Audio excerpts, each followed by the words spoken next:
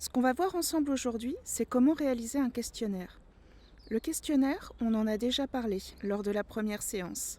On vous avait demandé de choisir parmi les expressions suivantes: philosophie, psychologie, histoire, anthropologie, ethnologie, sociologie, quelles étaient celles que vous connaissiez, puis d'entourer celles que vous pouviez nous expliquer. Le questionnaire, c'est ça. Pour répondre à un problème, pour lancer une enquête, on va construire des questions et on va également, et je vais beaucoup insister là-dessus, construire des réponses. Car ce qui nous intéresse, c'est de savoir combien de personnes vont se positionner sur les différentes réponses. On ne va pas, comme dans l'entretien, dans l'expérience vécue, dans l'approfondissement d'une expérience individuelle.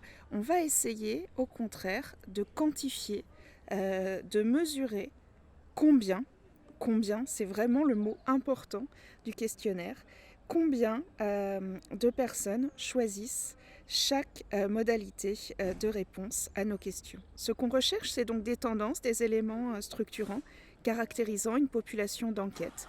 Et on va le faire avec des questions fermées. Il y a donc un important travail en amont de l'enquête pour concevoir à la fois les questions et les réponses. Qu'est-ce qu'on obtient à la fin?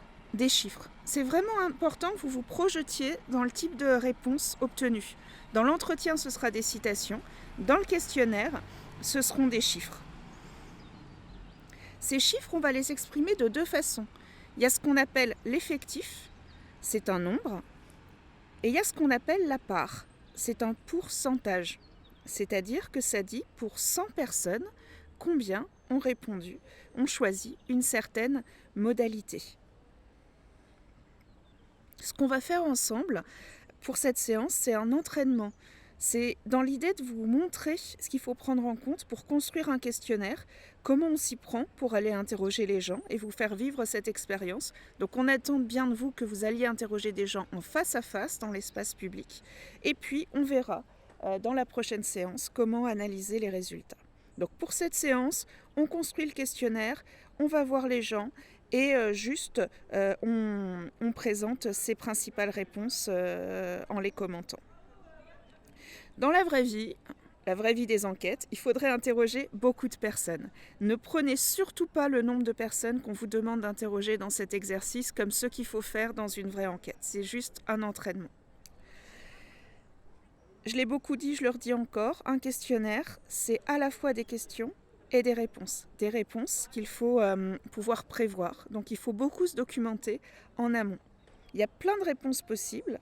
Les réponses dichotomiques, à choix multiples, à choix unique, à échelle, ou les questions ouvertes, mais celles-là, on ne veut pas les voir. Les questions à choix dichotomiques, c'est celles pour lesquelles la personne à qui vous posez la question va se positionner et sa position exclut l'autre. C'est pour ça qu'on dit dichotomique. Dans mon exemple, pensiez-vous avant le confinement que le travail social pouvait se télétravailler? Vous voyez qu'on ne peut pas être à la fois dans le oui et dans le non. Il faut choisir une réponse et ce qui nous empêchera de choisir l'autre. C'est donc une dichotomie. Il y a aussi la question à choix multiples. Dans la question à choix multiples, on propose un ensemble de modalités de réponse et la personne va pouvoir en choisir plusieurs. Comme ici, dans cette liste de familles d'émotions, indiquez celles que vous avez ressenties au travail durant le confinement. La personne peut en choisir plusieurs. La question à choix unique repose elle aussi sur des modalités. Et vous voyez d'ailleurs ici, on dirait que c'est la même question. Mais ce n'est pas la même question, car ici, l'enquêté ne peut choisir qu'une réponse possible. Retenez, question à choix multiple, la personne peut choisir plusieurs réponses. Question à choix unique, elle ne choisira qu'une réponse. On passe maintenant aux questions d'échelle. Les questions d'échelle permettent de situer une opinion, une représentation, de manière beaucoup plus précise que la dichotomie. Diriez-vous que la place des émotions est importante dans votre travail? Par exemple, si j'avais posé la question, diriez-vous que la place des émotions joue un rôle dans votre travail? Oui, non. J'aurais eu 2 blocs de réponses. Là, ce qui m'intéresse, c'est d'avoir une réponse plus nuancée. Je vais donc faire appel à une échelle. Diriez-vous que la place des émotions dans votre travail durant le confinement a été très importante, plutôt importante, ni pas importante, plutôt pas importante, pas du tout importante? Dans les questions d'échelle, des fois, on a bien envie de supprimer celle du milieu, la réponse moyenne, la réponse plus neutre, ni importante, ni pas importante. Pensez bien au sens qu'auront les réponses pour vous. Dans le cas que je vous montre, moi ça m'intéresse que des personnes ne se positionnent pas ou expriment une réponse moyenne, plus neutre. Enfin, les questions ouvertes. Vraiment, les questions ouvertes, quand on veut creuser, on privilégie l'entretien. Si vous commencez à construire un questionnaire et que vous enchaînez les questions ouvertes, dites-vous que vous êtes en train plutôt de préparer une grille d'entretien qu'un questionnaire. Dans le questionnaire, on va vraiment réserver les questions ouvertes à des choses qu'on veut creuser, qu'on veut explorer, qu'on n'arrive pas à prévoir avant d'avoir posé la question aux personnes. C'est mon cas. Pourriez-vous décrire un souvenir ou une préoccupation forte liée au travail durant le confinement?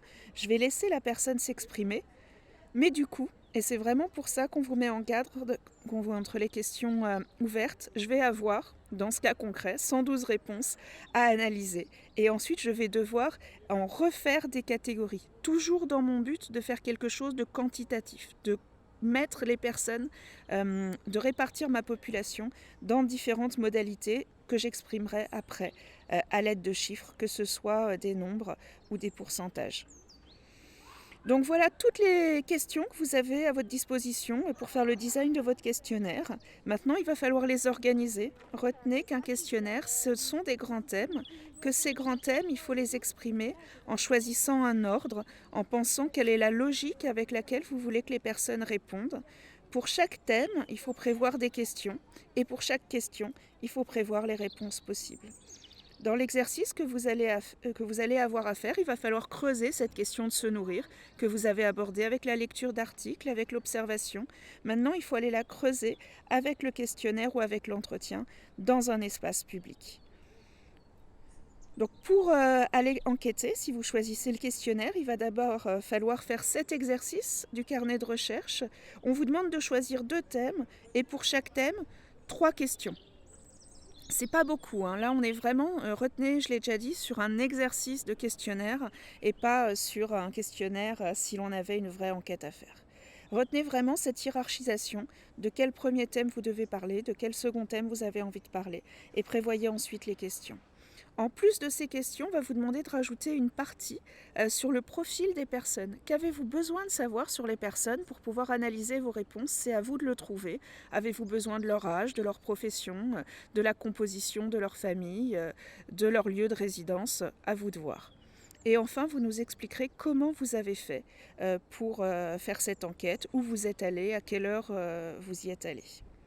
Une fois que vous aurez collecté les réponses, vous allez les organiser, un peu à la manière de ce qu'on a fait pour l'observation.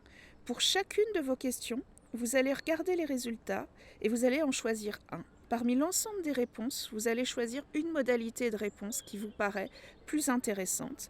Dans la partie grisée, vous nous mettez le chiffre, vous allez l'exprimer sous forme d'effectif et pas de pourcentage, car vous avez un petit nombre de répondants. Et ensuite, vous allez commenter le sens qu'a pour vous cette réponse. Et quand vous aurez analysé l'ensemble des questions, l'exercice sera terminé. Bon courage!